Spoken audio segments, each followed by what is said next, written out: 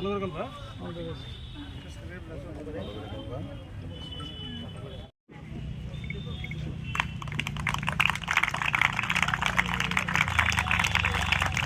এই অনুষ্ঠানের আন্তঃ স্কুল সুব্রত মুখার্জি কাপ ভারতবর্ষের সর্বপ্রথম যে একটা প্রতিযোগিতা, বিশেষ করে স্কুল স্তরে এই প্রতিযোগিতা শুরু হয়। আমরাও এই প্রতিযোগিতায় অংশগ্রহণ করেছি এবং এটাই প্রথম প্ল্যাটফর্ম যারা ফুটবলকে ভালোবাসে, ফুটবল খেলতে চায়, জাতীয় মানের খেলায় অংশগ্রহণ করার জন্য।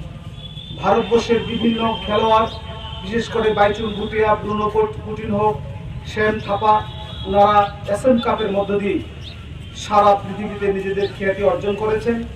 আজকে যারা আমার সামনে ছোট ছোট ভাই বোনরা যারা এই খেলায় অংশগ্রহণ করার জন্য যারা একদম তৈরি আছো, তোমাদের বলবো এটা তোমাদের প্রথম ধাপ এবং এই এসএম কাপের মধ্য দিয়ে আমরা তোমাদের ভবিষ্যৎ উজ্জ্বল ভবিষ্যৎ কামনা করি। এই ফুটবল টুর্নামেন্টের মধ্য দিয়ে এই টুর্নামেন্টের আন্তঃ স্কুল জেলা থেকে যারা চ্যাম্পিয়ন হবে তারা রাজ্য স্তরে অংশগ্রহণ করবে, রাজ্য স্তরে যারা চ্যাম্পিয়ন হবে তারা দিল্লিতে অংশগ্রহণ করবে এবং সময়ের সাথে এই এসএম কাপ ফুটবলকে আন্তর্জাতিক স্তরে নিয়ে যাওয়া হয়েছে।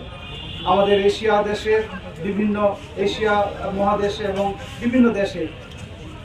বিভিন্ন দেশ সেখানে অংশগ্রহণ করে। অতিথিদের বরণ করে নাও।